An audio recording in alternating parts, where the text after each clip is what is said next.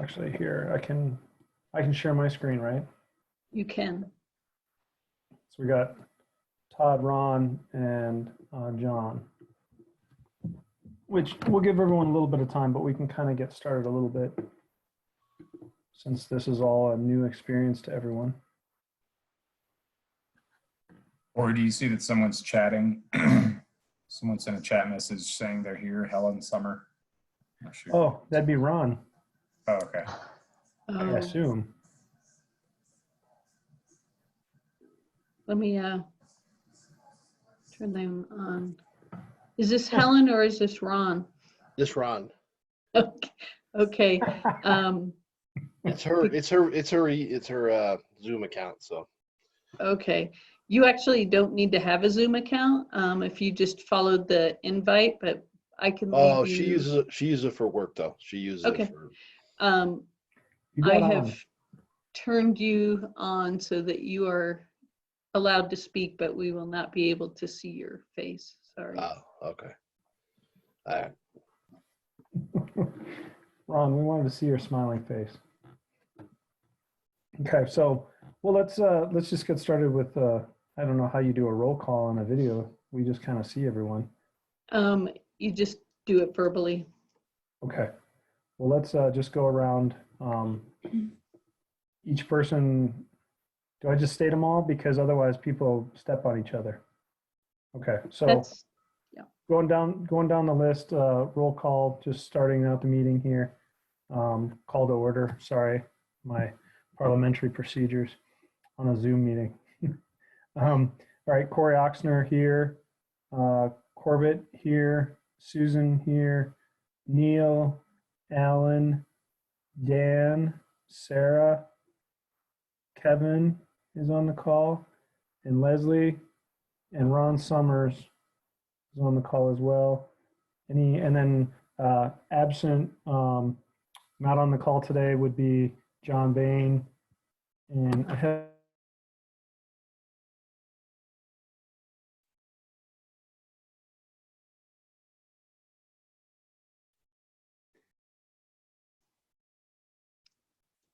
Corey, we can't hear you. or may not join. You froze Really, up. I just haven't heard from Todd. What was that? You froze up for a little bit, then we couldn't hear you. It's because my kids are playing games downstairs and using all the bandwidth. Did I get all the names then? Yep. Okay, so everyone's here, but absent Todd and John. So with that, we went through roll call. I'm going to share my screen. So can everyone see that?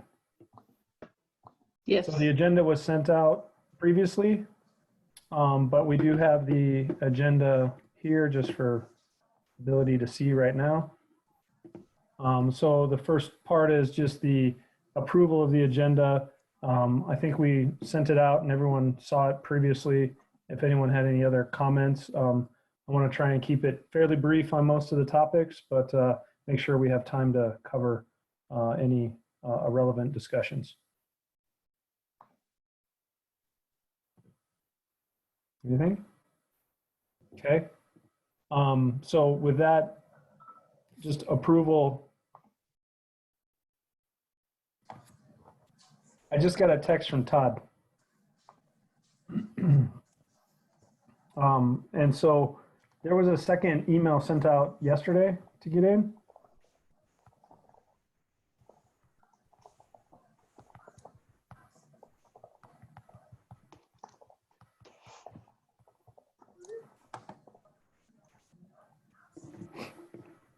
And that email was sent by, does anyone recall who, Lizzie, did you send the latest email? Because they changed the Zoom meeting.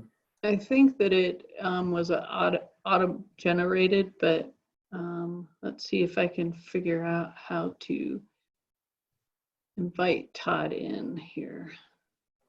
Anyway, he's texting, so he knows we're starting, and we'll just get going a little bit, and hopefully he can join us here in a minute. Okay. Okay. So basically, we'll go through with the agenda that we have here, which is really just touching base on some of the COVID interaction with Parks, Recreation, Open Space Trails, 88th Street construction project update, and just any additional pieces that we want to talk about with that. PROSTAC amenities priority list, which we can go through what's been filled out and just kind of discuss that as well. And then just reviewing the trail rankings, the updated package that we have so far of, and I'll get that out to everyone. I think I did get it out to everyone, but we can talk about it and discuss the trails a little bit. And then just a little bit of budget recommendations is something that was always usually in this time period. So I think with all the other discussions, I don't know how much we'll get into that, but at least if there's any recommendations from anything else that we want to start talking about. And then just an update on the PROST master plan. And so it's a lot of updates and a little bit of discussion. And then just finally updates at the end, any additional pieces. So with that, that's what we'll cover tonight. Any modifications? Hands? No. This is so weird. All right, with that, public comment and, sorry.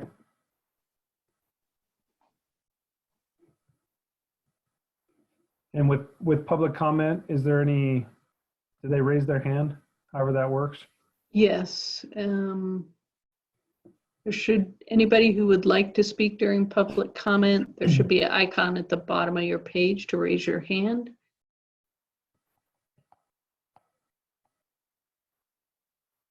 You can also type into the chat. If you click on the chat and type in there.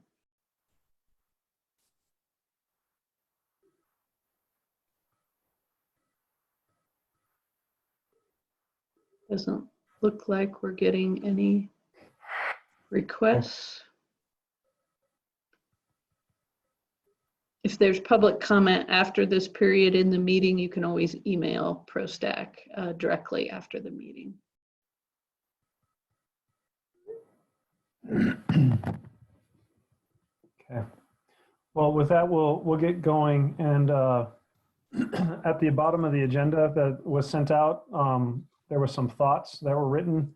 And I think that's what we want to touch base on with the COVID-19 related items, and just really discussion about the use of trails and amenities. And Corbett, did you want to kind of start and just kind of hit up a few concepts and ideas that we can just touch base on? Yeah, can you guys hear me? Yeah. Okay.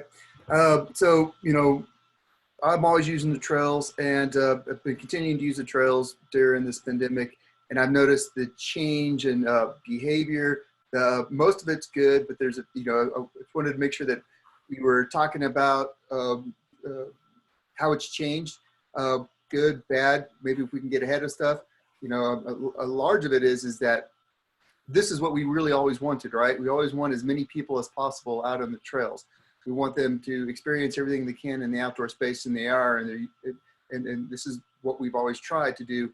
But now that we're getting it, we have a good opportunity of what that would look like once the pandemic is over, if we ever get to the goal where people continue to use the trail. I wanted to talk about a few things that I've noticed to maybe for us to get ahead on. And I'm just going to list a bunch of discussion points, and then we can just have a conversation, I guess, about the, you know, whatever afterwards. But one thing, you know, my backyard faces open space. So a big thing that I've noticed is a rise of off-leash dogs. We've always had off-leash dogs, and, you know, they're going to be there forever, but there's been a rash of off-leash dogs. And I know in the last 2 weeks, we've had a couple people that I've known gotten bit right behind my house due to off-leash dogs. So it seems like that's going to, with more people and more off-leash dogs, we're going to come across more problems with that, more issues with that. You know, another thing I was worried about, especially like Coyote Ridge, there is so many more people on it, which is good, but I'm worried about overuse of the trails and what kind of damage that we're not estimating when you know, we've seen what the rains do, but what happens when trails get way more used than we're expecting. And is there anything we want to do to maybe take a look at, or to proactively try to help the trails out in that area? Also with the increased use, I've noticed a lot more animal droppings, animal feces, particularly for, from dogs on the trails and on just off the trails. It seems to be increased a lot more, and you can go anywhere and you can see a lot of it out there. One thing I have worried about is, right now everybody's in this happy-go-lucky, we're all in this together and kumbaya thing, which is great. But as you start getting more and more people interact with each other in the small sidewalks and small trails, does that attitude change and do people start getting more frustrated with each other due to somebody not picking up after the dog or whatever it is, or somebody not maintaining a good trail etiquette? I've noticed from my experience, especially when we're trying to keep 6 feet of distance, you'll see large families walking, which is good, which I'm so happy they're doing.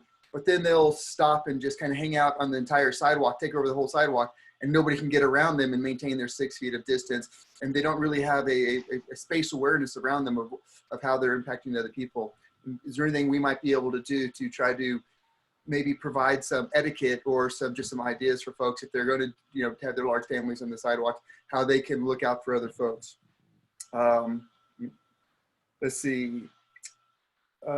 Electric bikes. I've noticed a huge increase in electric, not just, in bikes in general on all the trails. A lot of people are now biking in the trails and sidewalks, not just trails, but all the sidewalks around.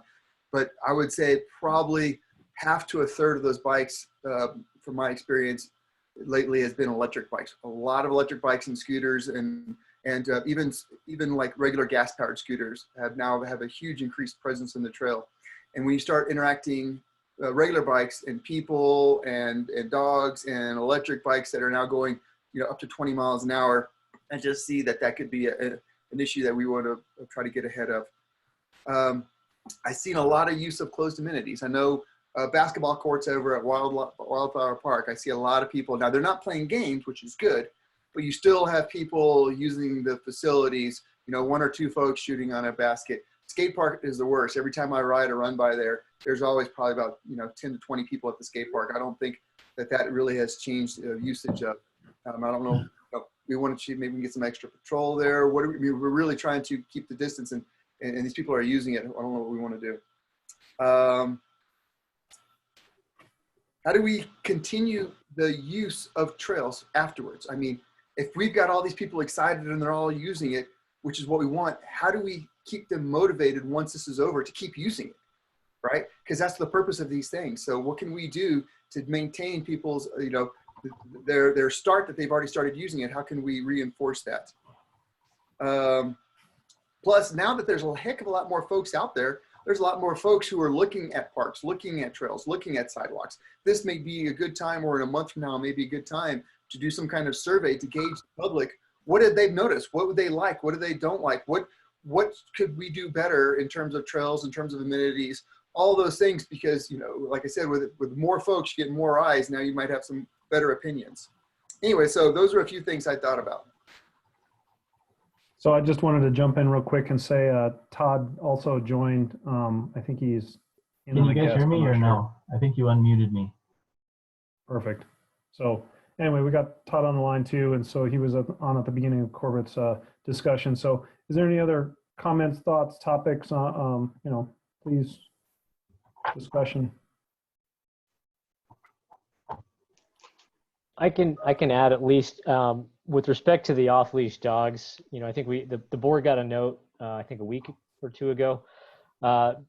Boulder County Sheriff, they've increased their patrols. Reggie from staff has increased his patrols as well. Just so everyone is aware, I mean, one of the challenges we have is animal control works 8 to 6. Boulder County Sheriff is they're shorthanded right now because of coronavirus. And it turns out there's a group of people that use the Coyote Ridge, and animal control is aware of this. They have an email or phone list, and they warn each other when they're out on patrols. So there's definitely some collaboration to avoid getting caught off leash. But it is something that town staff's aware of and the Boulder County Sheriff's aware of. And I've had some separate conversations with the animal control staff, and they call it the quote unquote untitled dog owners. And it is a challenge for them. We're not alone. Superior's not alone with dealing with this. Unfortunately, it's a common problem throughout Boulder County, but it is something, at least, for what we can do, we're trying to increase the patrols to, adhere to the rules that, the law for the municipal rules that we have when it comes to that. So it's one thing I can add. Okay. I was going to say the other thing, just with the whole conversation, is that we do have an increased usage in the trails, but there's, as Corbett pointed out, there may be an increased understanding of what the trails are and what people are using and what people are seeing as a gap in the trail, or what are the pieces where they would love to see an upgrade or a modification.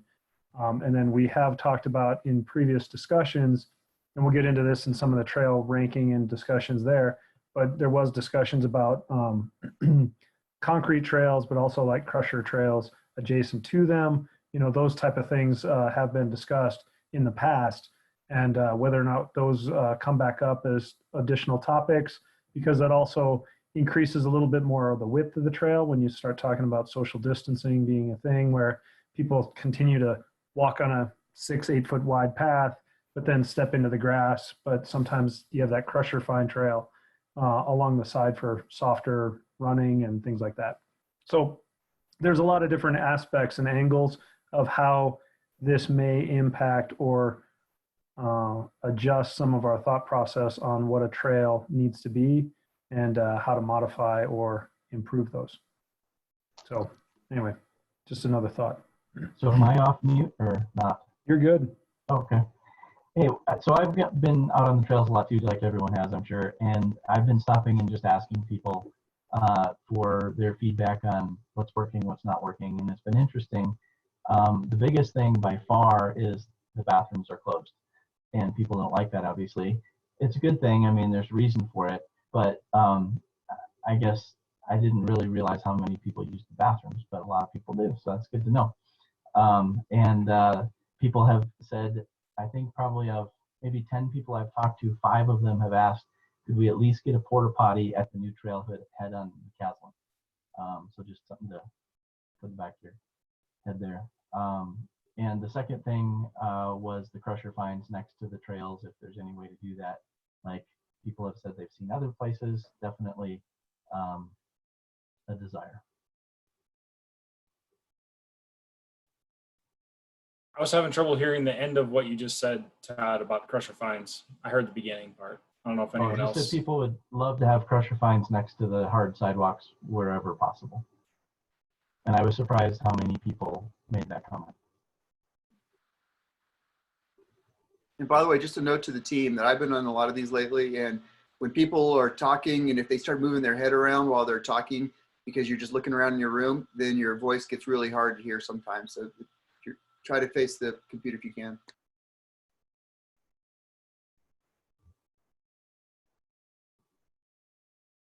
So go ahead, Sarah. Oh, go ahead. I was just going to ask to clarify, are we talking about trails in relationship to the time of COVID now, or general trail recommendations and suggestions? Well, I was just making a comment about what I had heard. Okay. I think overall the discussion was really the COVID related items and just where we stand with things today. But I think that with the COVID, I think that the usage of trails is one of the hotter things. I think the other pieces that Corbett pointed out was, utilizing closed amenities and things like that. But the trails are still the heaviest use and people do get out and use those a lot more. So, I mean, if we want to roll this to the trail ranking discussion, I mean, I think it all kind of ties together of what's an amenity, what's the proper use, what's things that we're seeing out of this last couple weeks, months of what we're in right now. So any other comments? I think it's just a good discussion. I don't think we need to, definitely tie it to a trail just yet, and we can bring that up later down the list. So when I worked on the amenities list, like the crusher fine was definitely brought up, because I sent like a modified list to, I don't know, about 30 to 50 people in the neighborhood and kind of got their feedback. But I think it's even more so as people are out running and trying to get exercise because gyms are closed and whatnot. And I've been out on the trail a lot with my kids, and I concur with Corbett. So all the groomed trails are great, but the kind of the natural trails, as people step off and step on and give each other space, my concern is we're going to start seeing a lot of braiding and trail deterioration and then soil deterioration.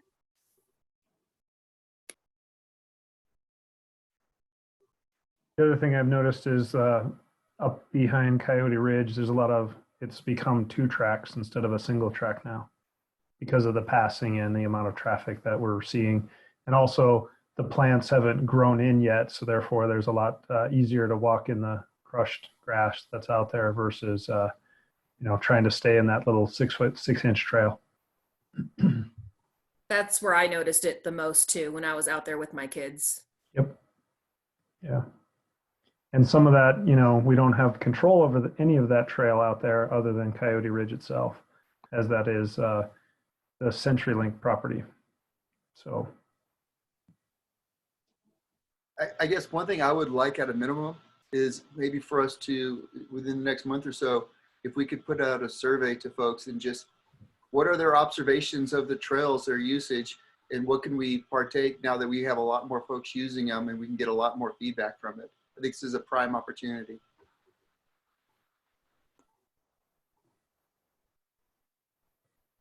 So what sort of survey are you thinking, Corbett? Say that again? What sort of thing are you thinking of? Oh, A link that goes out on the website or something they can put information in, or what are you thinking? yeah, or a Survey Monkey, just, something simple that we can blast out and folks can, log on to and just talk about their trails experience. more of an open-ended question of what are you using for your latest amenities versus Right. and more of a write-in response than a pre-planned. Yeah. Hey, I would say something, what are you enjoying most? What can we do better? Things like that. A couple of open questions. Not a whole lot.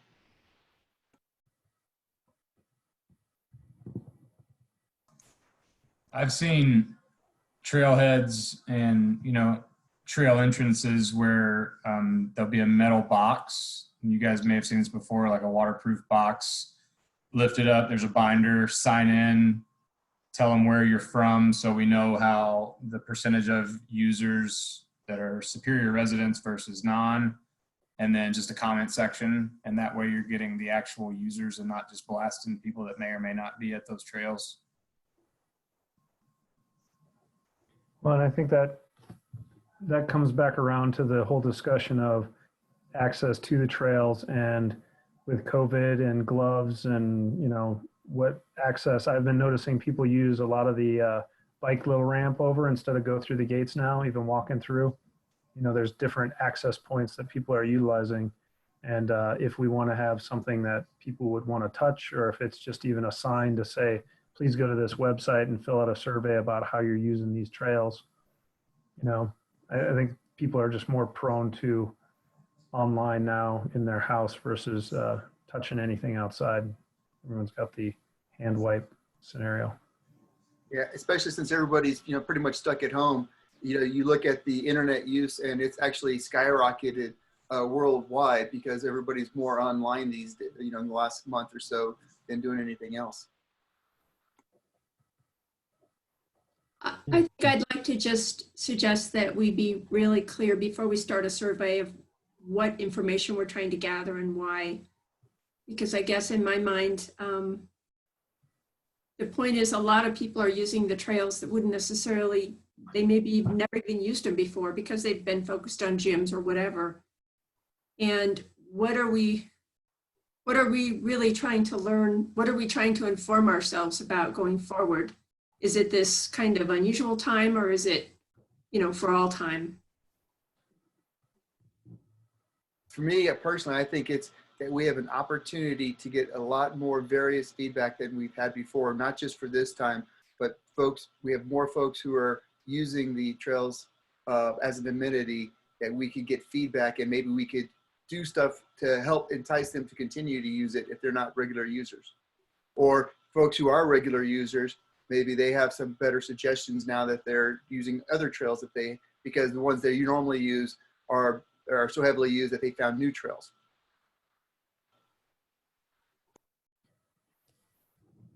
Well, and I think the biggest thing would be also, are we utilizing the trails that we have, or are we finding that there are trails that we're missing?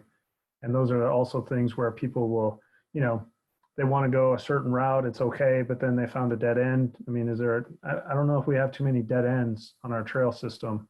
But, you know, is there other opportunities that they feel that they really want to go in a certain direction that we're missing? Because I think we do have a really good trail network. And I think it's, you know, as you'll see as we go through trail rankings, there's not really a lot of left connections that we're missing.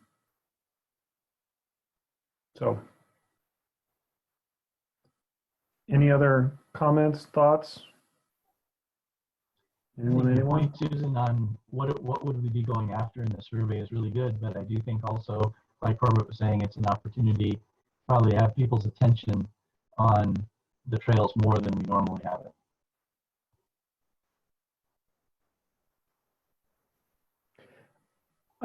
My biggest thing would be is if we put out a survey, people think that you're going to do something.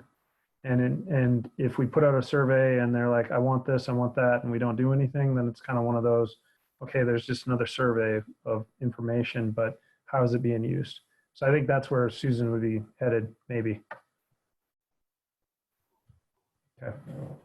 One of the things I was thinking of when I looked at that list that you sent, Corbett, was I was wondering if it would help us to just kind of summarize what we think are the, like, I feel like a few of the things that you mentioned are just sort of like our suggestion for best practices of how to use the trails in the days of COVID. And like I see a lot of flame wars on social media about, do I have to wear a mask? Do I not have to wear a mask? And I'm not sure we want to jump in the middle of those, but what we might be able to just do is say, here are some suggestions from us about how to use the trails in the days of COVID, and include that in an email blast.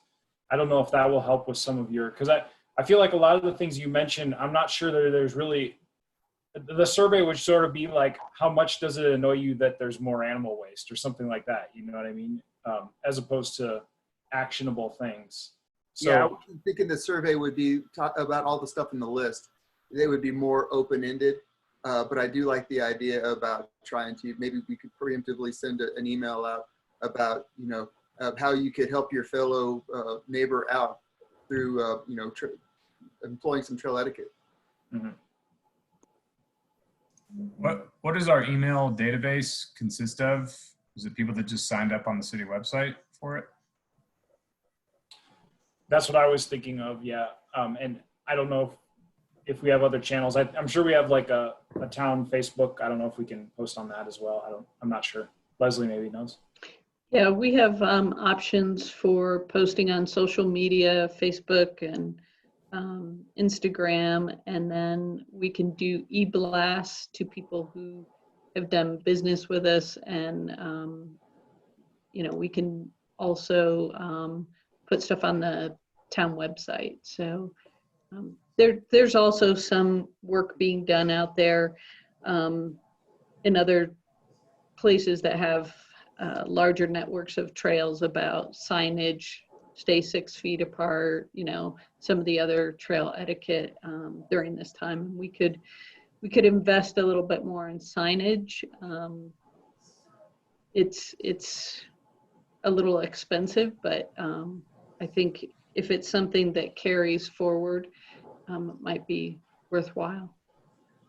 So I'd also point out just one other thing that, you know, I do a horrible job at this, but at the end of the meeting, we're always supposed to put out a little email blast that goes out to the town about what the PROSTAC committee talked about.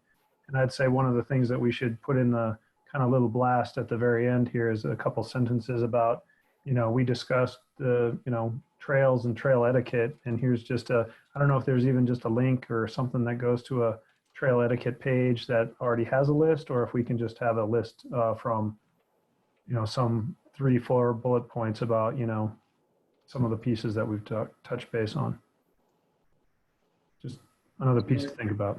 And we may not even do a survey, you know, maybe we just send out and say, we would love to hear from you guys on what your experience is with the trails and what you think maybe we can incorporate now that more people are using it. Just send us an email with what your thoughts. I mean, whatever, just try to get the information somehow. That makes sense to me. If you're going to combine it with Corey's update that you just mentioned about trail etiquette Yeah. reminders. Yeah, I think that's a better idea. I kind of feel like the town has survey fatigue. I mean, we have survey this, survey that, survey for Colton, Newtown Center, you know. And I polled my friends about the Colton, the Newtown Center. I'm like, who got the survey? Who did it? You know, and 8 out of 10 didn't even see it, because I don't know if they're getting the emails or they're not even looking at their emails. Like,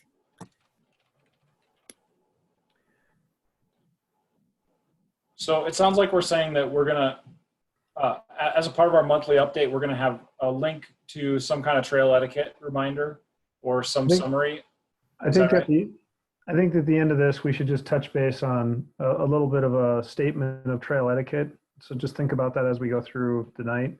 And at the end, I think we just put together a few of those bullet points from Corbett, as well as just a couple thoughts about, you know, at the end of saying, you know, understand trail spacing, utilization of trails, how you're impacting the native grasses around the trails if you are stepping off. You know, it's almost like golf where you do a 90-degree on and off and you don't drive on there, you know. So just a few concepts that we could put in there. I just don't know if I have off the top of my head, a page link to a trail etiquette source that just kind of has it all written already.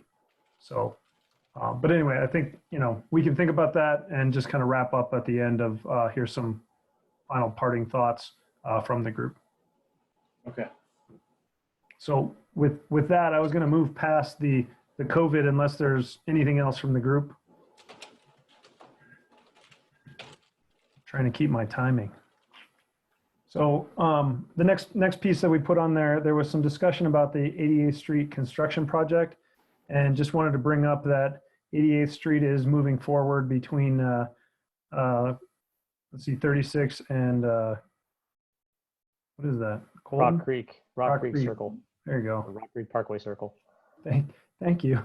But there was some discussion about 88th Street construction project and just whether or not there's any temporary trails or requirements around it, or what would be closed, all that kind of stuff. So I don't know if there's a huge discussion here, but I just wanted to make sure we have a minute to talk about it and see if anyone had any thoughts about the project going on.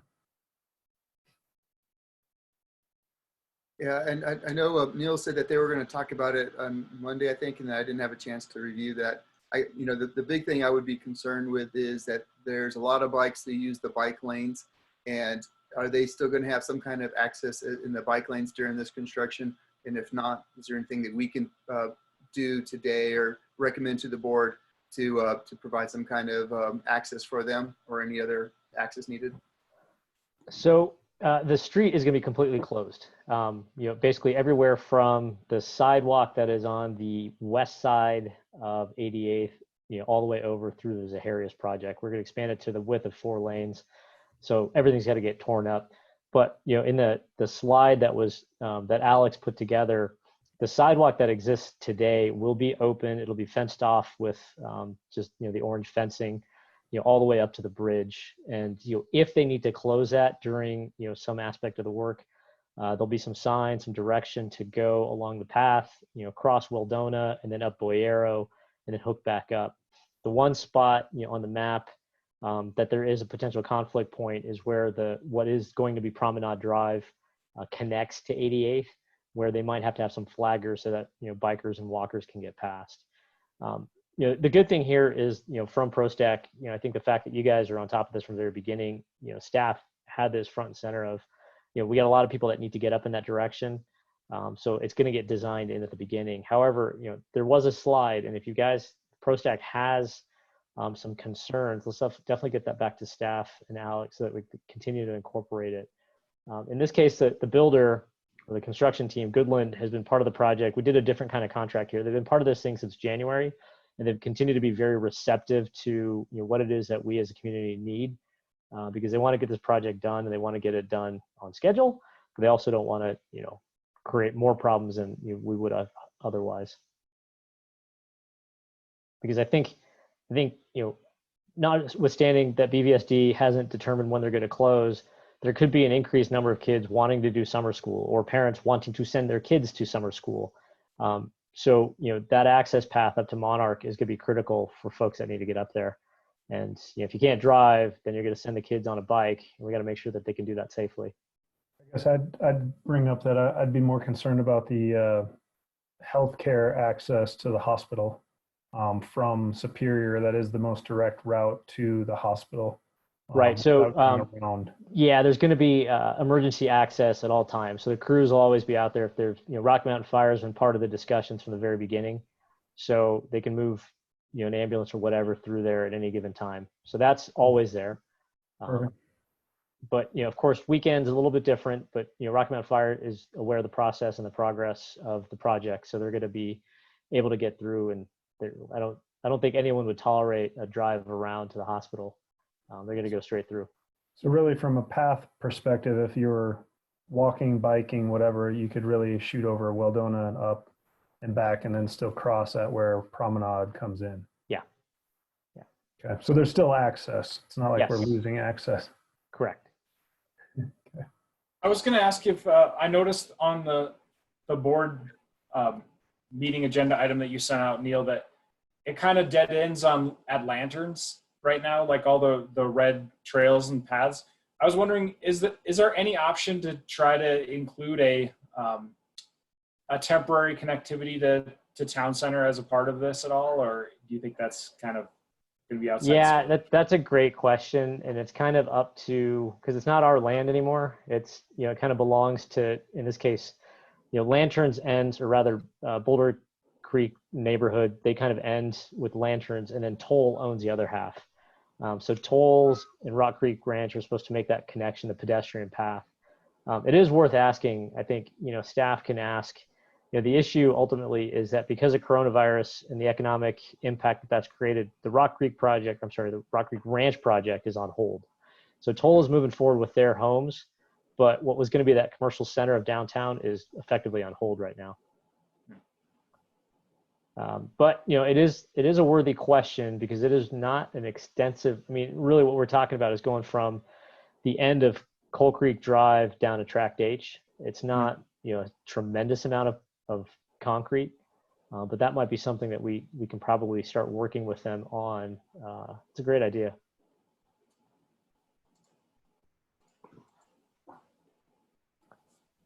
Hey, Sorry, Neil. I'm still sharing, but I pulled up, I've been talking trails so much that I pulled up the little trail. This is the Lanterns, and that's the little tie-in, right? Sorry, is it small enough for everyone? I see everyone squint. Yeah, that's exactly it, Corey. I mean, that little L-shaped thing is effectively what we have to get this little sorted out. Yeah. piece. Yeah. Part of the challenge is that for the Boulder Creek project, it's still an active construction zone. So we've struggled with how do you cross Lanterns when we've still got heavy vehicles moving back and forth. The sidewalk that is kind of south of Lanterns Lane, what used to be the dirt trail, the Anderson Project dirt trail, is now a paved concrete path, which is technically open, but they've roped it off again. So it is an active construction site, and I think the risk is if we do open it up, it might have to get closed on and off as vehicles have to move around. Okay. Is that 12 option a better option for the short term? Like, is that less likely to get closed since it's on the edge there, or would it be possible to work with them to say, can we keep this one open? Like, get whatever work you need done there first, and then can we keep that one open more consistently? I think I think between Leslie and myself, we can work with staff and see what's possible. Okay. 12's not currently open though, right? No. You have to bushwhack. Yep. Yeah. Well, the weeds have been cut down, and the risk is if that you veer too far to the east on 12, you might fall in a big ravine. But you're right. It's nothing's there. Yeah. I've done that a couple times. So I wanted So to. so the east side of 88th, the sidewalk is going to be open for people to bicycle? The west side of 88th, the part that kind of abuts, I Right in guess, here. yeah, exactly. Basically, where we have a sidewalk right now is going to stay open, except for when it needs to be closed because of some actual construction activity. I think the builders, because it's done, I think there's definitely, and they're not going to be changing anything there. It's just going to be fenced off so that it can be continue to be used. However, if they do have to close it at some point during the project, then you'll just go up, that sidewalk and cut across to Weldona, then up Boyero, and out Right. the Boyero cul-de-sac. Right here. I dropped the meeting link in the comment box. Sarah, if you want to look at that. Okay. Oh, And yeah, then, right. so then you'd cross the street, because the sidewalk ends on the bridge. So then you'd cross the street at 88th and then continue on the east side. Yes. Yeah. I mean, there won't be any traffic on 88th between Campus Okay. Drive and Superior. So, that's just going to be a great place to learn to ride a bike because there won't be anything happening on that street. Okay. And then when the project's all over, that light will remain? Great question. So the other part of the discussion we had on Monday was a possible traffic circle at that intersection where that little mouse arrow is right there. The board voted to not proceed with the traffic circle. So as a result, it will ultimately be a four-way stop. And in the interim, the current traffic signal will stay, until we actually need a four-way traffic signal there. So is that a confirmed that there'll be a traffic signal there? At some point we're going to need it, because 88th Street has 9,000 vehicles per day. On the left side or the west side, you're going to be using that to get to downtown Superior on Promenade. And on the right hand or the east side, that will be the access into the potential Zaharias project. So, But there's already a stoplight there. So why is that being contested? Yeah, so that stoplight is a pedestrian only traffic light. It's not a signal for, folks that need to turn in or out of the Promenade Drive. Okay, but there still needs to be a traffic light for pedestrians. Correct. No, so I mean, the current pedestrian traffic light is not going anywhere. Okay, all right, that was my question. In the future, it would get replaced with a four-way traffic light when it's needed. But for me, I mean, this is where I came out. I like traffic circles. It's too narrow here, and I don't want our kids to have to try to cross at a traffic circle that doesn't have a red light forcing cars to stop. So, at least at this instance, the board agreed. The traffic circle there, it's narrower than it would be elsewhere, so it does kind of shoehorn some cars in. But the traffic light that is there right now that the kids have to use to cross. So, just so everyone recognizes that on the Louisville side, there is no sidewalk on the west side all the way up to Campus Drive. Mm-hmm. So kids in Superior have to cross to the east side. And actually, the folks in Louisville want our kids to cross to the east side because they don't want so many kids crossing at campus because of the bottleneck at campus. Right. So, they never finish the sidewalk. They have no desire to finish the sidewalk. So we absolutely need a way for kids to cross safely on the Superior side. So the current traffic light suffices. Yeah, that's my only concern is that the pedestrian light. I think it needs to be a light. I don't, I don't think traffic circle, it doesn't force the cars to stop. And those blinky lights that we have on Rock Creek, those don't, I've had to yell at lots of cars to slow down or stop when my kids are crossing. Yeah. So from the 88th Street project, though, it seems like there is bike access and pedestrian access throughout that construction, and there is access to the west, and there are ways through it. Yeah. So if there's any additional comments or requests or anything like that for the town, I guess that's where, do we have anything else for this project that we feel needs to be addressed? Throwing it out. Is there any way we can connect like 13 to 9 to basically like 13 and 12 to get across that bridge over to a Vista? So yeah, so where 9 is, and just where that Avista Bridge is, the project for next year is the Dr. Cog expansion of the bikeway on the sort of south side of 36. so that we do have grant money to do that, so that the bikeway will connect and go underneath 88th and then south along the east side of 88th. So we are going to have a connection to the bike trail, from the Superior side, just not till next year. Well, and so just to point out, I mean, we're kind of jumping into trails a little bit just because that's what we're talking about. But one of the things also to point out is like 9 and 10 are kind of within the builders development zone. And I think as we looked at the last ID, whatever they were called, FTP. development plan, FTP, whatever the letters are. There was trail connectivity in here to those trails, which would tie us into the continuation. So there was consideration. So that's why those are still on there, is just making sure there's connectivity to the larger trail system from within that new development. And so until those are built, we just want to make sure we track them.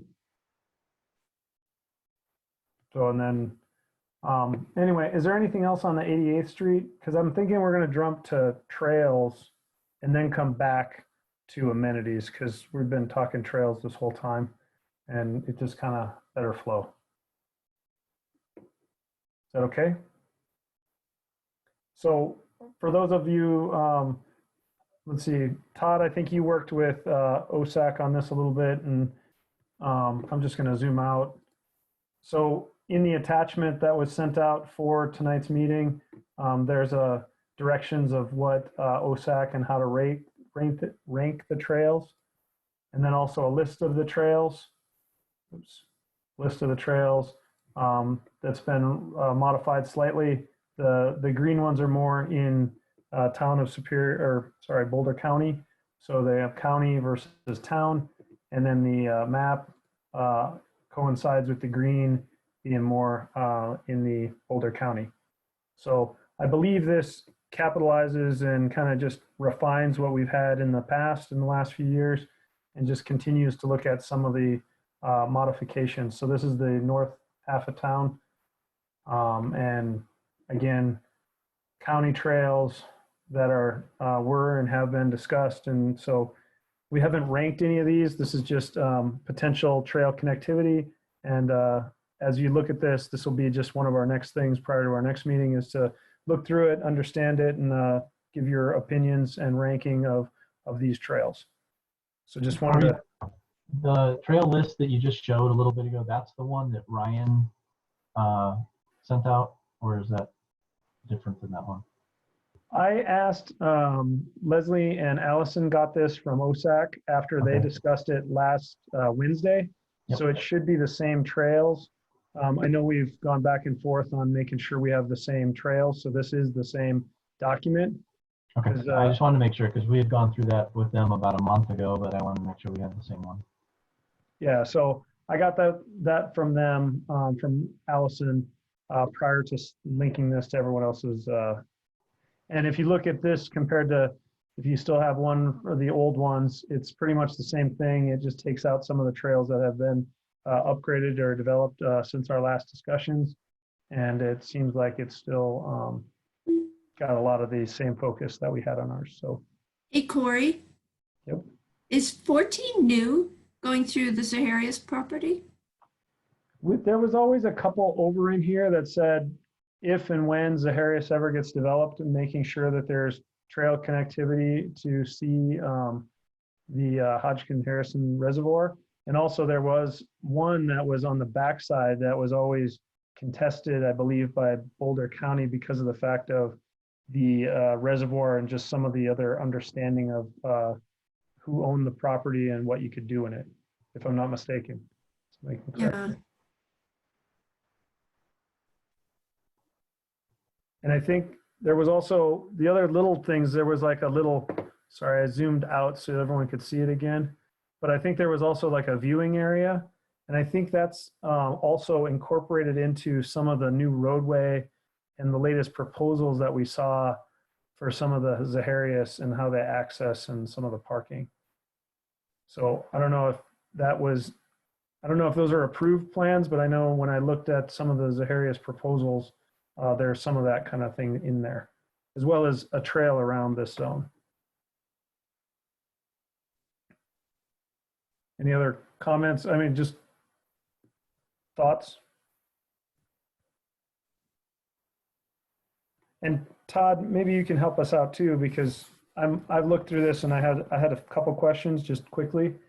Like 3, I thought 3 was already built with the Dr. Cog, unless I'm missing something over there. So that just might be just an understanding of where that's going. Yeah, I actually think that is there. I don't know if it's officially open, but I think it was actually open last summer. Maybe I haven't been on it though. Yeah. Is that there, Well, Neil? Do you know? Yeah, it was open last summer. I mean, it kind of, it's one of those things. I don't know that it specifically tracks the yellow line that number 3 is. It's more parallel to the road. Yeah, I think it might be just access. I thought it was still Yeah. there's that trail, and there might be a little segment that you come onto the road before you come back. I just can't remember. It's been a little while since I've been over there. Yeah, it's been about a month since I've been down there. It's about right. But anyway, and then 8, I know that the trail has been built, and I thought it was modified with Parks 1 and 2, and the refinement of it, because there was some rerouting of the creek when they did a lot of the work down there. And so I'm not really sure 8 what that is, other than if we're trying to make sure there's connectivity from the parks and other infrastructure. And I think, well, just to go through my knowledge, Todd, you can tell me if I'm wrong here. I think 5 is a little bit of a newer trail discussion that might have been put in by OSAC. I think so, yes. And then 6, the other thing there is with the way that they're doing that construction down there, I'm not sure that that's going to actually happen, right? Right, Is but there I going to be a think bridge that there? we used to have one on the side and the roadway sidewalk got put in. And 6 was a question of the connectivity not coming right off of the circle, but another way to get to across the creek. And I think it's a bridge connection that's always been discussed, and it's always been discussed on the road. And this, because of the way the development is going in, it may have moved back a little bit. So 7 is, I think, redo the roadway, because the roadway is kind of still there, and is there a refinement of that to more of a trail. Tract H is there. There was lots of discussion about different potential locations for connectivity to Tract H.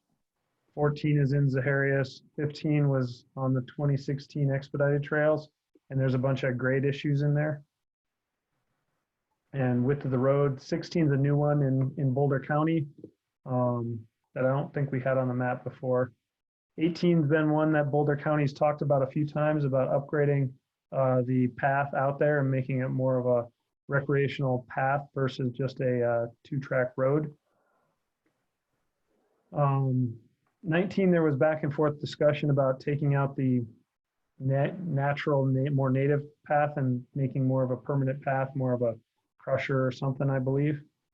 These are just from memory and what I think the descriptions were ahead on the page previous. 20, we discussed if there was a way to put a bridge across to get more direct access to the playground and other ways in and out without going all the way around. And I think there was potentially some other issues with that one when we looked at it with the what's that trail? There's an easement in there of some sort.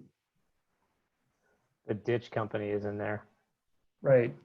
Isn't there a Franco ditch there? Yeah. There you go. Thank you. We'll get to it. 24 was there was the looking. We had a trail connectivity because there's that kind of straight up the Pirate Park Hill. And there was a discussion about making more of an ADA accessible connectivity to the paths out there and to Coyote Ridge. And I'm not exactly sure if I remember what 25 is. I'd have to go back to the map one more time. I think 25 was to replace the social trail that was out there with a more permanent trail at the top of the hill. Okay. And then 21, 22, and 23 are kind of over in here. 23, Wildflower Park actually put in a trail to a point, but I think there was discussion about the drainage and water within the between the houses over here and connectivity, and then the discussion of a trail from Indiana down to Calmonte. And Calmonte has put in trails in this whole area, and I think there's a picnic table on the top of the hill. And I think the biggest thing was there was grading issues right here in getting that connectivity in. I know these things because I've walked that many times now. And 21, I think there's an existing trail in there, but it's more of a maybe a secondary fire egress or something, access. There's a little road down in there, something, but it's not a permanent trail. So anyway, there's just a few things over in there.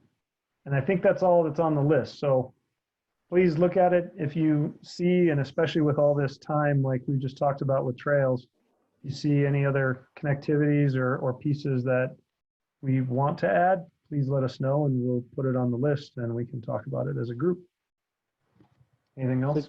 Just a comment back to number 3. I went and looked at a Google map, and I guess, I can see the concern because the bikeway kind of follows along, US 36, and it kind of dead ends in the park and ride, but it doesn't get you back to Marshall. So there's not an easy way to get back to Marshall unless you cut through the Panda Express parking lot. So I can see that as a definite, wanting to improve. Yeah, there you go. It does make sense there. Oh, it's this right here. Yeah, it's going from there up to the bikeway. Okay. Is this a piece of property that would be developed by some other potential tenant in the future? So I think that's owned by RTD. Okay. And we have tried to talk to them about it maybe making sense for affordable housing development. Yeah. So overall, though, that would be a potential infrastructure or trail project to be able to connect those two pieces from a town perspective. Yeah. Okay. Hey, All right. Anything else on trails, anyone? Number 18, I know that one, they've always talked about that one as being fixing that one to be a connection to that Rocky Flats trail that they're supposed to do. Has there been any more conversations? Have you heard on that? It's 18 goes all the way along there, then it'll cut directly south along the trail, and it's supposed to hit over to 128 as a connection. Are you talking 16 or 18? 18. Oh, 18. Well, that's the current from the Colton trailhead. Yeah, but because it goes all the way up to the top, and then it turns left and heads south. Left and down. Yep, and then it goes all the way almost. It goes right to the parking lot in 128, and they've been talking about potentially using that as a connection to the Rocky Flats trail over there, and that's why they were looking at potentially improving that. Have you heard anything? I don't know if Neil has any answer for that one, but we're talking that trail to there. I know there was early trails in here, and I thought all that went away, and I thought this is the kind of preferred Boulder County connection.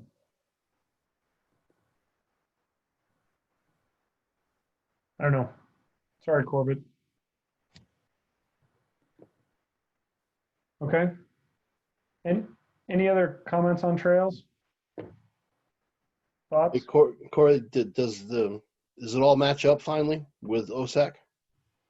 Yes, this is the same document that OSAC is using. Good. Okay.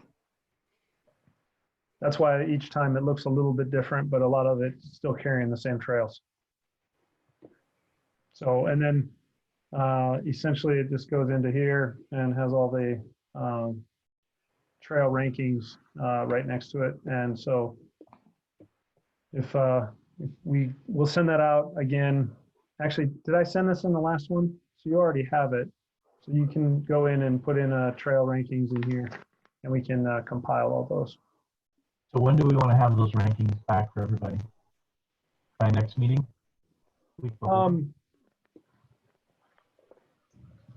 Yeah, sure. So your next meeting would be May. We should have wrapped up before June.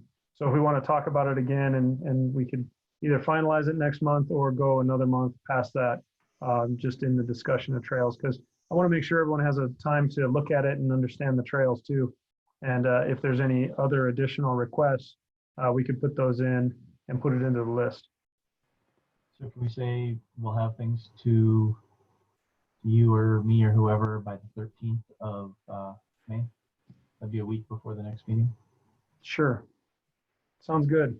We'll get it to Todd and Corey, and we'll figure out who compiles that. Todd.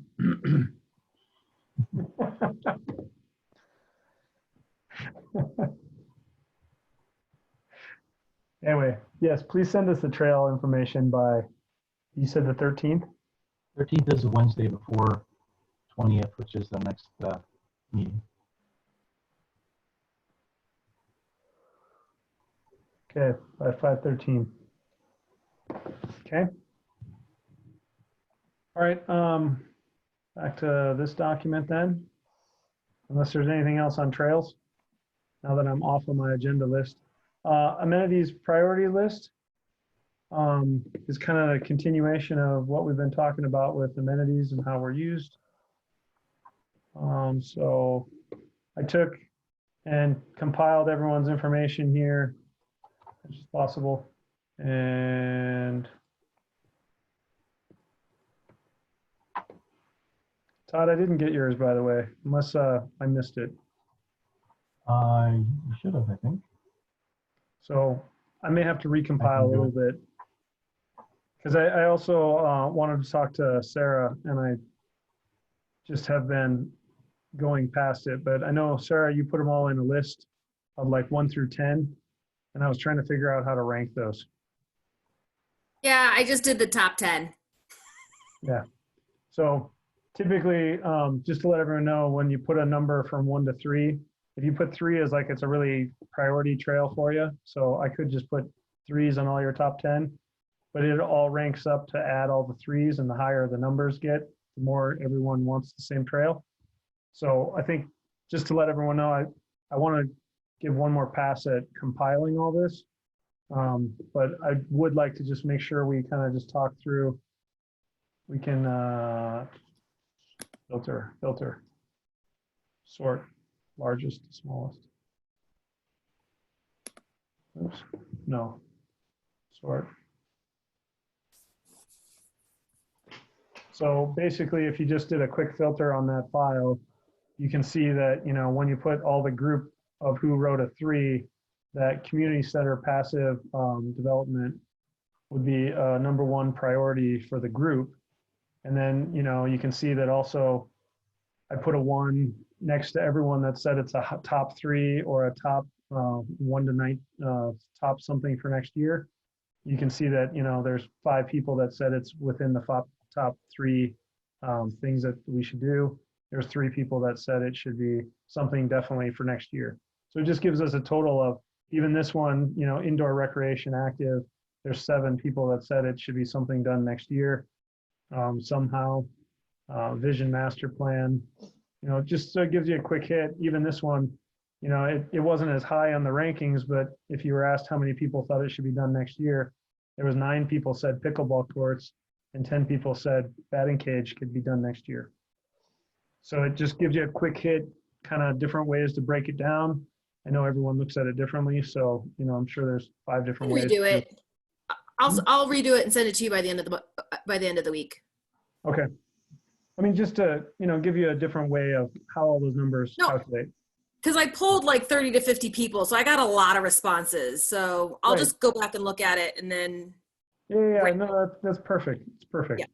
So, and but I will resend I needed to get Todd's too. So, but just from a discussion standpoint, to be able to go through this, I'm just happy we're able to have a meeting tonight and talk through it and not push it off another month. But at least go through kind of what the quick hit without all the top answers here. You know, what the recommendations are. So I don't know if you want to go through each one. Additional discussions, how we want to. Corey, I got a question. where it says how many members think it should be in 2019, 2020. You have 10 members. Who's the 10th member? Oh, I bet I know the answer to that one. You know what I did? It's Sarah. Because you put 1 through 10 and I didn't put them in here so that I could organize it. I left them in the target numbers. So Sarah had 10. That was her 10th trail. So that's her 10 members. So I got to clean it up to get the numbers organized to really understand it. Here, let me fix this real quick.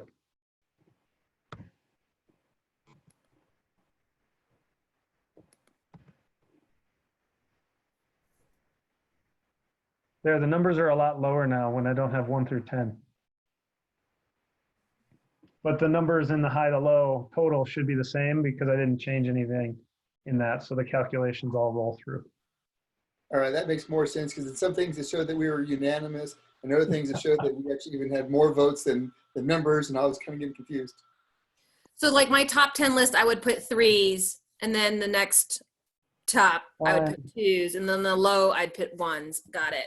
And I didn't go and do it, but basically if it's your top 3, I'm still giving it a 1 for everyone. I'm not giving it a 1, 2, 3, just so that it calculates up with everyone. And I did that with Corbett too. Like he had a 1, 2, 3. So I got to just double check those numbers because anything in the second 2 columns, I just give you a 1. So it's, yes, it's in your top 3. You get 3 numbers and those will calculate up over to here. And Okay, got it. Okay. It's not the, it's not the most accurate, whatever. If there's a better way to do it, great. But this is your high priority, medium, low priority. And this is just who thinks that they should be, this should be one of the top 3 priorities. And these are the ones that people think are the most important. These are the ones that people think we could do in the next year and should be done. So it's just another way to break down the information after you get the top numbers. So again, it's for discussion and just to help us guide us through the whole topic. But you can see as you go down, there's less high priorities and there's less in the should be done in the next year or should be done in the top 3. It's interesting how things changed from last year. Like the master plan went from number 1, I think, down to number 10 or whatever. But I'm guessing that's because everyone already knows it's happening. Yeah, exactly. But it is interesting that, our focus, you can see how what we're working on now may change our focus. That in past years, we've always had indoor recreation and community center, and they're still back up there because I think we're also still focusing on the 1500 Colton and how to make that work and what the indoor recommendations are for those things. So I think that there's always a little bit of a parallel with some of the tasks that we're doing and how these amenities stack up. But again, these are all amenities to improve the community and anything that we think is required. So, as Todd mentioned earlier tonight, that, he's heard a lot of people about this trailhead and additional amenities, maybe not a shelter, but more of the restroom component. So there's other pieces within these that, if you have additional amenities that we need to put on here, let us know and we can continue to add to that. So I think that's an interesting observation of the PROST plan. If you look how 4 folks thought it was in their top 10 and 5 said it should be done next year, but it ranked 15 on the list. But it had one. It's actually, I should say it's ranked 10th. All right, ranked 10, but still, it's interesting observation now, because there's only a couple of them that had 4s for in the top 10, but it was how low it went. So that means how diverse we are. Yep. So I'm not going to save this file, and actually, this is where I didn't catch all these. You can see if I put a 1, as long as I'm carrying 1s for everyone over here, I'm good.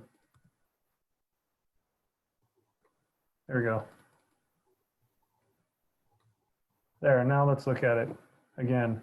Post still has 4 and 5, so there's still numbers in there for which ones we think it should be. So anyway, now you guys see how the table works and how it kind of adds everything up.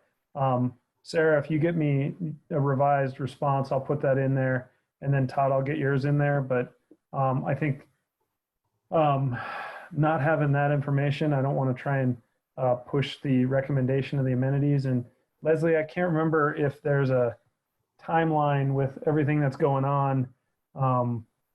Usually we've had a couple more discussions on this and a little bit further along the timeline. And I'm not sure when we have to have a recommendation for the amenities list, because, and I guess it's you and Neil, how it ties into the, usually we try to get the amenities list and the trail rankings complete so that they tie into budget recommendations and budget prep for the next year. So that way, when you look at this, there's an actual understanding that says, here's some high importance things. They're very expensive, but number 10 on the list is worthwhile and could be done within the budget. And therefore the trail ranking and amenities kind of tie to that budget recommendation process. And see how I parlayed right into the next issue? I believe if we have direction by June, that should be plenty of time to fold it into the budget process. Okay. Does that sound right, Neil? Yeah, it does. I don't know if we're gonna change the budget schedule this year because of everything going on, but that's the typical schedule. I think it'll work. Right. So I guess with that though, everyone has this file. I sent this file out, so you know how it works. I'll get Todd's and Sarah's information incorporated into here. We can filter it and I'll rank them so that it shows the ranks of what they all are prior to our next meeting. And at the next meeting, I would like to place a recommendation for our amenities priority list to the town board of this is what we, as the PROSTAC committee, feel are our rankings for amenities for the town. And then at that same time, we should be able to go through the trails. Again, if you have any additional trails that you're thinking of or hear additional ones from our COVID-19 discussion and trail usage discussion, please let us know and we'll try and make sure that if we want to, we can add in additional trails on there, even if they're not on the map. At least we can just write in and say, here's a couple more that should be considered in future and get those into the overall process. So are you saying that we should propose specific trails where we think we could add Crusher Fine next I'm to saying it? any place that we feel there is a lack of a trail, that's the trail list and what it's for. Uh-huh. So if you feel that there is a location that we should have a Crusher Fine that, as we just pointed out with, see, was it this, anyway, as we just pointed out with the one little connection up here in number 3, you know, it's a small connection, but it's one of those, hey, it dead ends. People walk down the path and can't get there. This is something I found that we want to make sure we should put on a list somewhere and make sure that there's a potential to infill it. So if you find anything like that, you hear anything from anyone about missing trails, let us know and we'll put it on the list. And then, well, I was sort of just thinking about, like, as it relates to the COVID discussion that we already had, is there any kind of low hanging fruit on trails we have now where we could add Crusher Fines on the side of an existing trail with, you know, relatively less budget and difficulty? I don't know if that is an option, but I'm just asking, like, is that in scope? Is that something we should be considering as part of the trail plan? Like, you know, there's a lot of trails that aren't probably on our map that are only concrete paths now that I'm guessing theoretically we could put a Crusher Fine trail in parallel with it. Like, I'm thinking of the one that runs up to Purple Park. It's like from number 15, it's straight east of there and it runs along like behind all those houses. And I'm just thinking, you know, there's plenty of room along that path. If we wanted to put a couple feet of Crusher Fine, it would fit fine. It would fit easily. So I'm just asking, like, is that kind of stuff in scope, or is that a different thing than what we should be discussing with this? I think if you feel that it's a location that should have a different enhancement to the trail, we can write it down. In years past, and it's not on this list, but we've always had a connection from kind of by the skate park to the US 36 bikeway, and that is crusher fine right now. And that's part of the Dr. Cog, I think, concrete, that they're gonna add some concrete in there as well. We're hoping that comes through next year, I believe. But that one's been a discussion because it's also the connectivity from a lot of Superior to the 36 bikeway. And currently, if you're on a thin tire bike, we'll say, you know, a street bike, it's a little more difficult to ride because it is the crusher fine, and therefore you get that. It's a request to have the concrete added to the crusher fine that's already there. Yeah, I'm just thinking like, go ahead. No, go. Do we want to track that on the trails list somehow or on the amenities list? If it's a trails improvement, I would put it on the trails list. What I'm thinking, Go ahead. what I'm thinking, go ahead. Sarah, were you going to say something? I was just wondering if it would make sense to kind of just look at which trails have room to put crusher fine next to it, and then have like an option of, you know, here's a list of, here's like a crusher fine loop we could do with existing trails without modifying the existing concrete trail. Just put a couple feet of crusher fine next to it. And just looking back on the trails amenities or trails priority list, it was a lot of times that there was undeveloped or unconnected pieces. And as that connectivity is built out and there's other requests or modifications to the trails, I think that's an improvement. That could be an improvement to the town. Those are the type of things that would go on here. Even if, like you said, if it's a 1 foot, because a lot of those concrete paths have a little 1 foot lane where people run. And if you just put in the crusher fine in that 1 foot, 2 foot path, that's what you're requesting on some of these. Okay. And it's just an analysis of, as you can tell, you know, we have lots of trails in there, but those trails, you know, until we put another line on there and say, here's the route of where we should put some more crusher fine, it doesn't show up anywhere and isn't any request. And unless there's some specific that we bring up to the town board, that request would go unnoticed until it's brought forth. Okay. So just to kind of put granularity on, I guess, reality of this happening, does anyone know what, say, a mile of crusher fine 2 feet wide?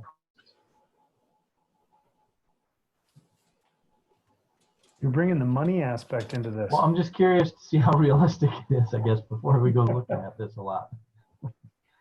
Looks like it's $3 per cubic yard.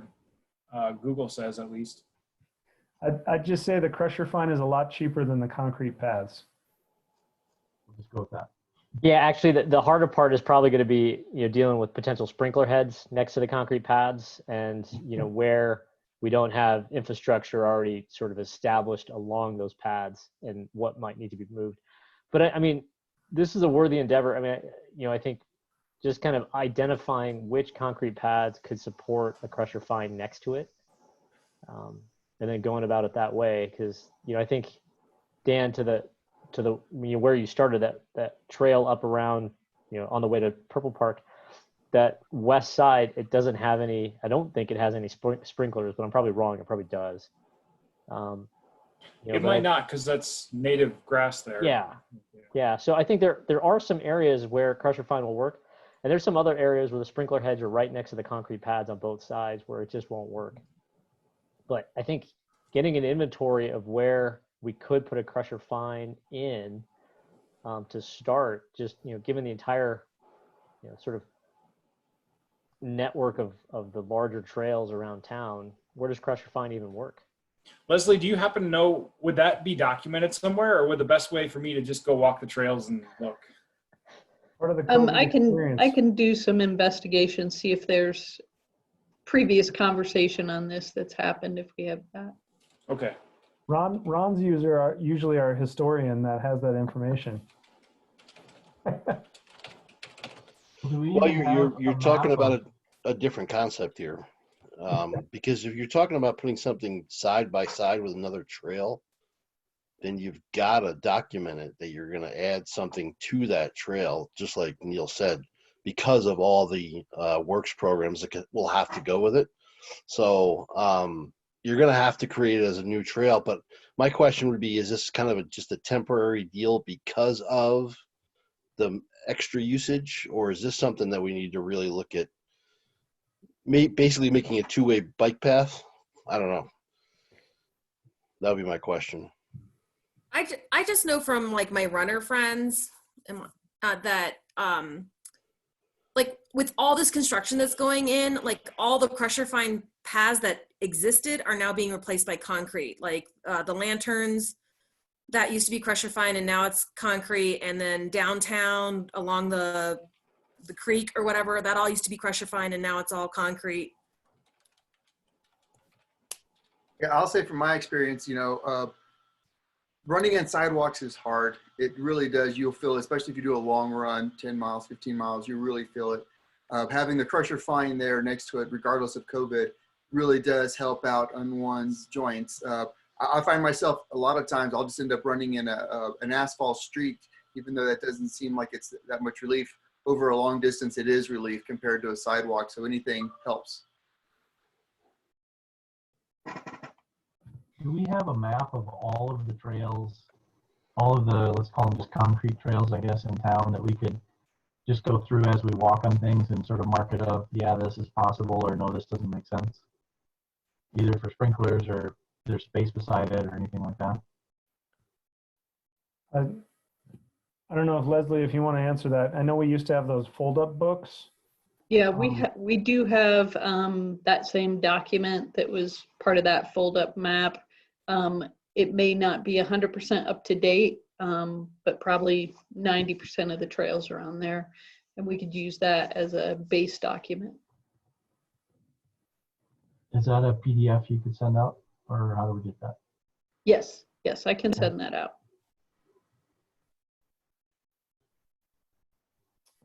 There's many different versions of trail maps. Okay, so with that, is there any other discussion on, I kind of went from amenities, well, we went trails, amenities, didn't really talk budget recommendations, but I think that that's more of a follow-up, that as we discuss trail rankings and amenities, I'd just like to put in, is there a recommendation from the committee that we would like to put in a recommendation to the town? If there's a specific amenity that we feel strongly about that has high rankings within the group, high rankings to be done in the next year, those type of things that we would put forth as here's one piece of all the other lists that we have that we would like to recommend for the following year, if possible, within the budget. So just think about that. And I don't know if anyone has anything today, but that's a part for something that we would put that into the recommendation. And it sounds like we just have to have that by June. So really we got a couple months to think about that and to talk about these amenities and trails. So then the plan is that we review the updated combined amenities. We'll review in May the combined trails, and then once we have all the relative information by the June meeting, we will put forth any recommendations we have, and folks can obviously submit before that. Is that the plan? Yeah, I would hope we could put through the amenities priority list next month, and trails may take an extra month just because we haven't even ranked them yet, and if there's any additional trails. But those two would be standalone. Here's our recommendation for the trails and for amenities. And then the third piece would be from those two lists or anything else. Here's another budget recommendation that we would like you to consider for the next year. And that would be in June. So just from a timeline perspective, where we stand. So all that being said, any other comments on those? Trying to keep our timeline. Doing good, everyone. Hey, just one other follow-up. We talked about Todd taking over is it May or June? And then if we're going to be already planning stuff for June and it happens between May and June, Todd, are you taking notes to bring us back to June? That is the plan. Okay. And then I've also put in that, so yeah, I mean, yeah, I think my last meeting is in June, and Todd will be up to speed by then. He'll have it all covered. The last piece I have was the PROST master plan and where we are and kind of how we're moving forward. So all these pieces aside, the PROST master plan is really that next level of where and how all these amenities have fit together and what that outside source is bringing into us. So Leslie, I'll let you touch base on that. Sure. We did extend the deadline for the RFP to the end of this month. We did not have good response the first time we sent it out. So I have been in contact with a couple consultants who are going to submit. So we should have some good choices anyway for vendors for that master plan. And then you all had a couple people who were going to help be on the selection committee. Is that correct? I think I put out an email, and I think Dan, did you say you'd look at that and be part of that? Yes, I did volunteer for that. Okay. Yeah, I will as well. Okay, so Dan and Susan, once we get those RFPs in, or even prior to that, we'll be in touch on kind of the evaluation criteria that we're going to use. And the goal is to work through that master plan process pretty much June through November, so that it's done in the late fall. But all the work that you're doing with the trails and with the amenities will feed right into that. So that's really perfect timing. Leslie, when you said we didn't get good response, did we get, like, was it too expensive? Did we not get any response? What does that mean? I believe it was bad timing because of the COVID-19 situation and everybody being somewhat unsettled that that information, it just hit the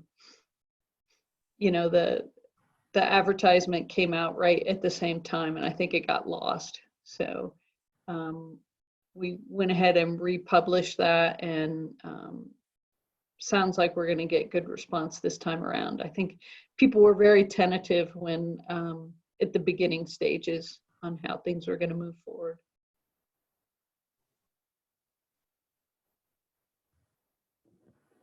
Okay. So I guess our next piece would be,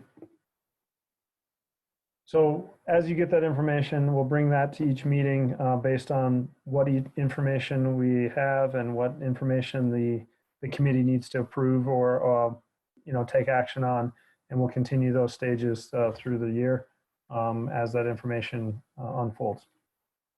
So with that, I am down to just more of updates. And we already I meant to take the COVID-19 related issues off, but 1500 Colton and pickleball and a little bit of just a meeting recap that we can kind of put together here before the end of the meeting. One other thing that I wanted to bring up that I didn't get out was there's 3 bullet points that went through with OSAC on Town 15, just to go through with everyone. Then maybe I'll send those out next meeting. We can, if we want to vote on that and have an official thing, we send to the board. Okay. Well, I think, we're ahead of schedule. So if we can just do the quick updates here for Colton and pickleball, we can touch base on at least what you stated, so we're all aware of it and can talk about it more in depth next month. So Leslie, you want to go first, and then we'll wrap up with the OSAC piece, and then we'll do a little kind of wrap up of the meeting. Sure. So we did select a vendor, a firm for the pre-construction portion of Colton Road, and that is PG Arnold. They're out of Boulder. So they're a fairly local group. I believe the owner actually lives in Superior, so a lot of good interest there from local folks. They're working directly with Oz Architects on setting up pricing model with the refining the design of the building and putting price tags on things. And so when they develop that final, they call it guaranteed maximum price, we're hoping to take that to town board for the first board meeting in May, which would be on the 11th, to approve that guaranteed maximum price. And at that point, we'll move forward with a construction contract. Still looking at staying on track for construction starting late June, early July, and completion by the end of the year.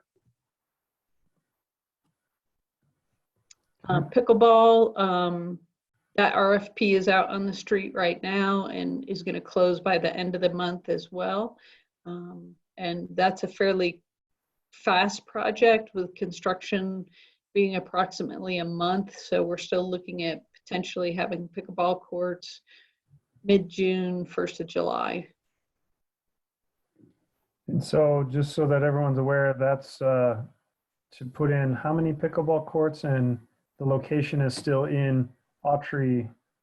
Correct. Autry Park, it'll be 6 pickleball courts, completely fenced in.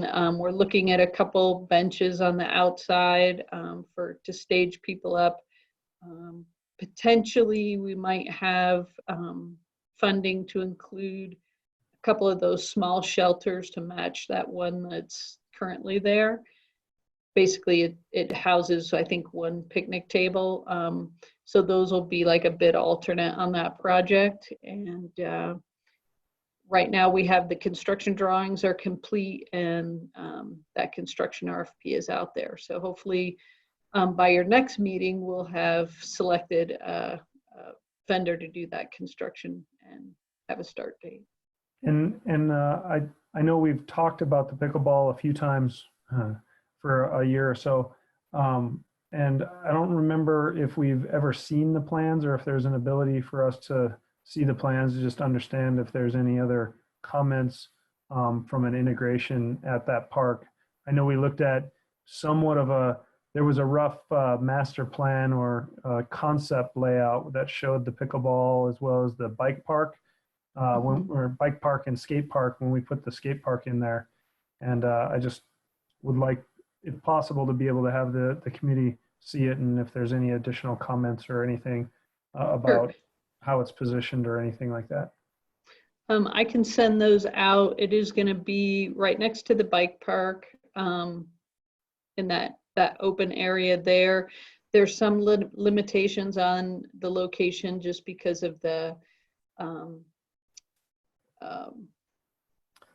right of way.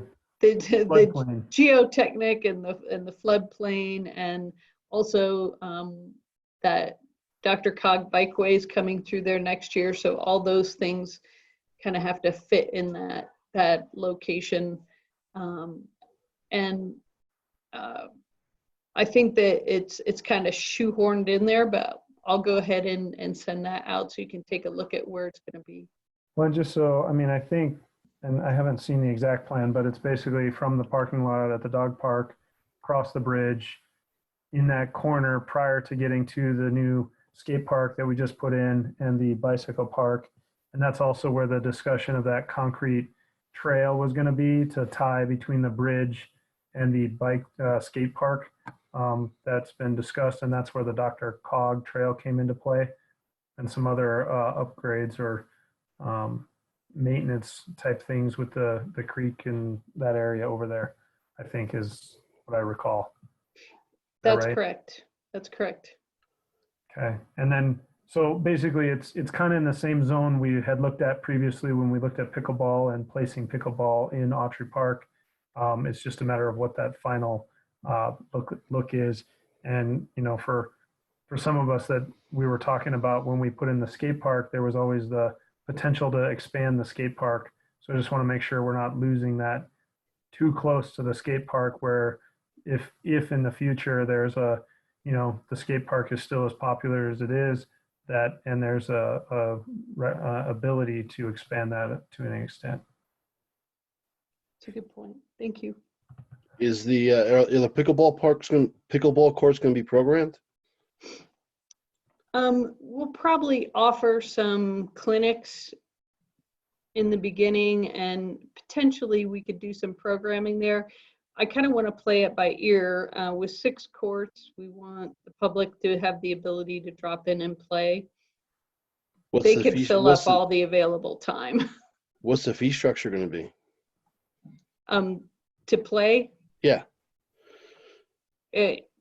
I believe we're just going to do a drop-in for right now, and then we'll probably follow some of our same fee structures we utilize for the tennis courts. Did we get feedback from the stable before we did this, Neil? Because they just built 3 new outdoor courts, right? Yeah, I mean, no, we didn't. Not that I'm aware of. They're a private enterprise. Yeah, I don't know. This has been on the docket for the town for a little while. The sports stable, I think, just kind of filled the gap, because the town hadn't done anything. Well, my point being is they're charging fees to play there, so I just want to make Okay. sure that we're not stealing business from them. Yeah, no, it's a good concern. We did meet with Ian, and he's interested in being involved in programming out there, maybe doing some clinics for us, but right now we don't have anything set in stone. Leslie, is there going to be community equipment, or is it BYO? It's BYO. If we do some programming, if we do lessons or clinics, equipment is a possibility in those circumstances. Okay. Question I have is, now that we got the skate park out there, and especially during the summer, when we're not in a pandemic, you got, 20 to 40 people out there at any given time. The dog park, you still got a lot of folks out there. Now with the pickleball, I can just imagine how many more we're going to have out there. How much consideration have we given to any kind of other amenities, such as restrooms? You may end up having 100 people out in that area at any given time. Have we thought about that? I'm not aware of any conversation about restrooms. I know that there's been requests for shade out there, particularly for parents who might be accompanying, their children at the skate park or the bike park. But I can certainly... You got the restrooms at Austria Park, so the restrooms are right across the bridge. So.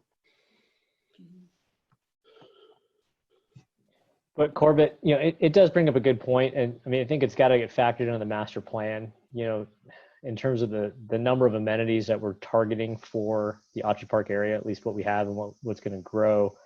Are the bathrooms sufficient? Shade structure and all that. If you're to wind the clock back and had the master plan done 2 to 3 years ago, this would have all been done like at once. But the reality is, I think we're going to have to plug a hole here pretty soon, and the master plan is going to have to help us flush out what we need and where we need it. Agreed.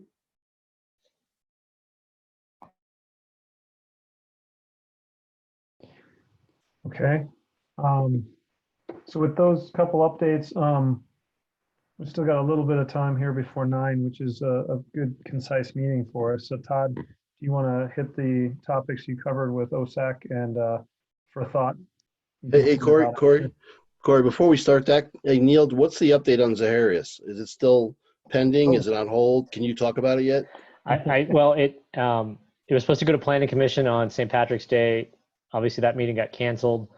Planning Commission isn't meeting in April, so I don't know beyond that. I'm not sure when it's scheduled for. I haven't looked at the town website to see what's on deck. Okay. But that's all I know. Okay, thanks. Yep.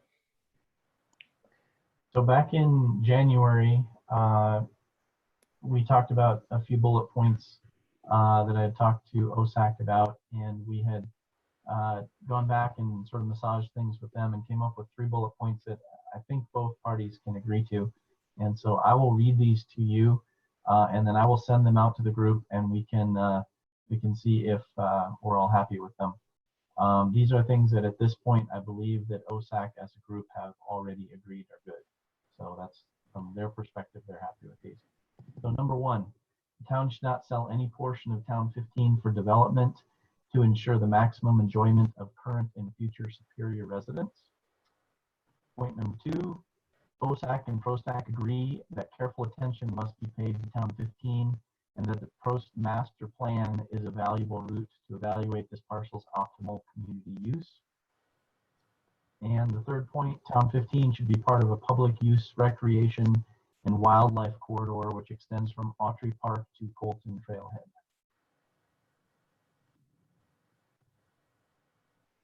So I don't know if there's any thoughts or discussion we want to have on that now. I will send these out to everyone, and then we can have more discussion and hopefully come to some agreement on this next week or next month.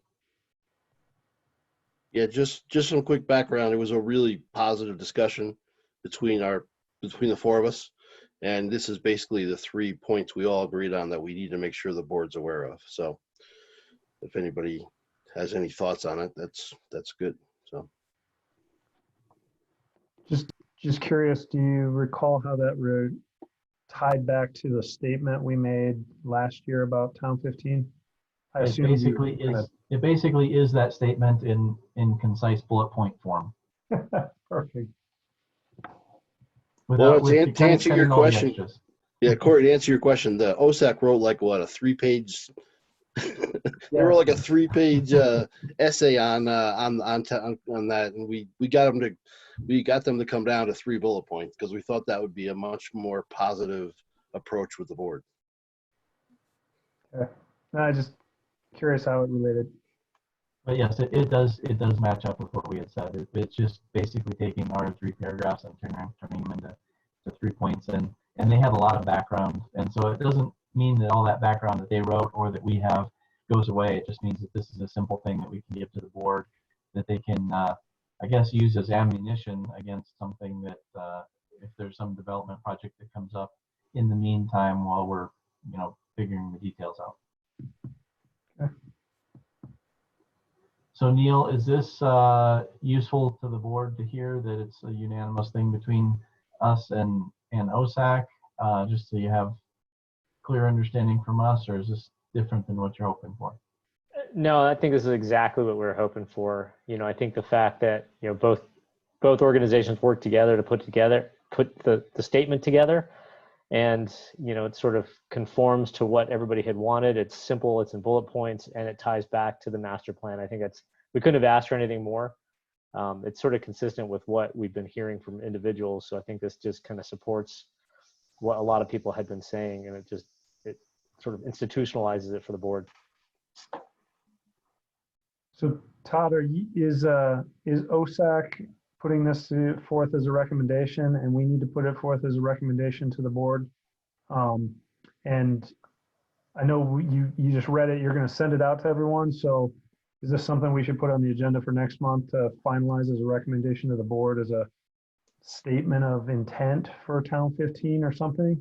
Yeah, I think that's exactly what it should be. And so they have, in their last meeting that they had before all this happened, they went through, and as I understand it, I believe Ryan said that they voted on it and they're all in favor that they can agree to these things. And so if we can do the same thing, then we can jointly put it forward to the board as a recommendation. Okay. Well, if we need to make changes, obviously, then we'll have to go back with them. But at this point, hopefully we can live with what this says. To me, it just seems like if you can just get it out to everyone, at least everyone can read it and understand it, and see if there's any little discrepancies or anything that we want to discuss, and then we should be able to pass it through. Yep, I will do. Okay. Any other update type information that we want to touch base here at the end? And then, because Karen always pesters me on a Friday and I usually never get back to her, I put on the agenda 3-sentence overview of the meeting. So, and while we were talking in the meeting, I also was able to pull up a document, American Hiking Society and Trail Etiquette. that we might be able to just take a couple bullet points off of here and say, you know, hike quietly, don't toss your trash. When bringing a pet, keep it on a leash and under control. Pack your own pet waste as well. Leave what you find. I don't think we need to put relieving yourself in the outdoors 200 feet from the trail, but you know, you know, but anyway, I figured American Hiking Society trail etiquette. So maybe I can pull a couple of these bullet points and just put them in as a, you know, some trail etiquette component. And I'll talk to Karen about that as well and just see what we can kind of come up with. But just from a wrap up of what we talked about tonight, I think that it really came down to the committee reviewed COVID-19 impacts on recreation amenities in the town, and then discussed additional amenities and trails, and then just some updates for developments within the town on master plan, town 1500 Colton, and pickleball. So I don't really think it has to be a lot, but I'll try and write something up. Unless Dan, I'm not sure if in the meeting minutes, if there's a way I can just crib some stuff out of there. So. Sure, I just recorded those 3 bullets that you mentioned as Perfect. well. So. So anyway, I know that Karen always asks for that, and I always just kind of behind on, yeah, I don't get a 2-day turnaround as she requests. So Todd, keep that line on the agenda from now on. Yeah. Okay. Anything else from anyone? Dan, if you can just send me what you wrote so far, and I'll just add that with some additional, and that'll go out in the email blast. And so that'll kind of wrap up that first COVID-19 discussion. And if it's okay with everyone, I'll just take a couple of these high bullet points and also some of the stuff we talked about at the beginning about just trail etiquette. And, you know, just remind people that trails are heavy use right now, and be mindful of trail etiquette with your surrounding fellow users. Hey, Corey, Alan sent out a really nice email to all of us about a bunch of etiquette stuff. So take a look at that. All right. Sounds good. Perfect. Was that earlier tonight? Yeah, I just grabbed it when when the discussion kind of wrapped up, because it's from the town where I worked previously, and we spent a good bit of time working those up. So pick and choose what you think is perfect. applicable. That might be better than my trail etiquette with distance off the trail to relieve yourself. Well, I think it should be less than 200 feet if I'm being honest. So maybe that's a discussion for another day. And someone will have to remind me, I mean, and maybe it's Leslie, or maybe I just need to look at the municipal code. You know, do we allow electric bicycles and scooters on our trails? I know Boulder County is allowing some on, you know, electric bicycles are allowed on some of the Boulder County trails, but not all. Have we actually made a decision on our trails? And our sidewalks to the trails? Yeah, I mean the trails. I mean the sidewalks are all allowed, but you know some of our, I mean, I guess Coyote Ridge is really the main one, right?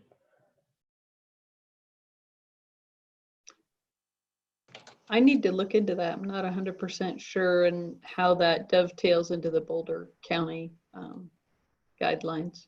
Yeah, I mean Boulder County just reluctantly, and it was 2-1, you know, to allow electric bicycles on some of their trails. So you know we got to be careful that, you know, because I think as was it Corbett mentioned earlier, I mean if they're zipping along at 20 miles an hour, that is definitely a problem. I run that fast. I roll down the hill that fast. Roll down a hill, yeah. Has there ever been any discussion about speed limits or speed limit signage? I don't know. I know that other municipalities do have speed limit signs Yeah. and enforcement, but I don't know if we've ever contemplated that here.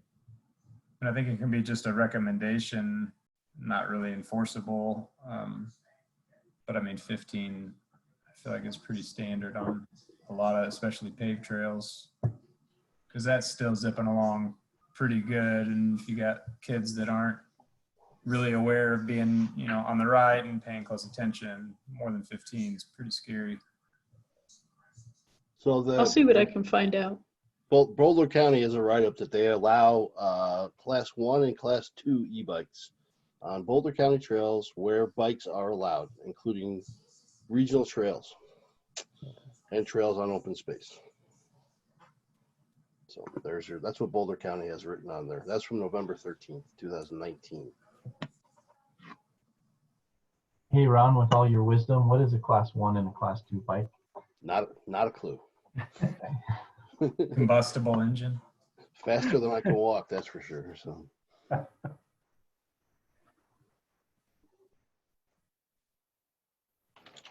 Okay. Anything else? I just skimmed through the list, Alan. Thank you. I think this is really good. I'll see if we can have a little bit longer synopsis in our e-blast. And I think it'd be really good to be able to put this in as a trails etiquette. So we'll do a little couple statement of what the PROSTAC committee discussed, and then just be mindful. And here's some trail etiquette, because I think this is really good. And I think the only thing would be Leslie and Neil, whether or not we say anything about electric bikes, and just kind of take that part out. But basically, it's all about being courteous, bicycles and safety there, and being safe and protecting the trails and ecosystem, and responsibility with pets. So, I think that there's a lot of good bullet points there, and it's not really a synopsis of the meeting, but it's a etiquette for really just getting that awareness out there that we talked about at the beginning of the meeting. And so it kind of tie in well after our little, this is what we talked about in the PROSTAC meeting, and here's some trail etiquette to be mindful of. So. And Leslie, I know you mentioned signage being expensive, but if there was somewhere to put that on the city website, and then maybe something cheaper to direct people to that link that's out at trailheads and bulletin boards and gates, I don't know, it might be easier to just print something and say, please go here for updated COVID-19 trail. I don't know, just some sort of reference or referral. Not so expensive. We can definitely look at that.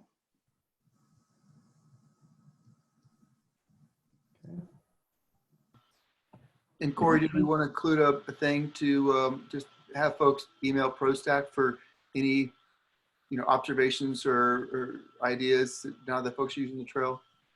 I did include that. Okay. Corbett.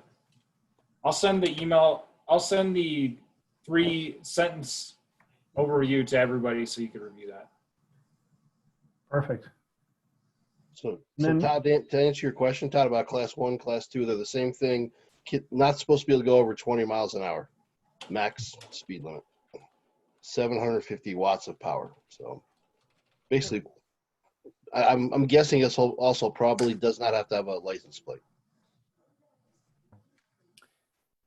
So Dan, in that same email, can you copy Karen? But I'll touch base with Karen too. But we'll have the bullet points, and then if you can copy and paste Alan's comments into there at the same time, that way it's all kind of one concise, his email that he sent. Okay. Or I can copy and paste it into it. That'll wrap it all up. I think that'll talk about all the pieces. I very much appreciate everyone's time.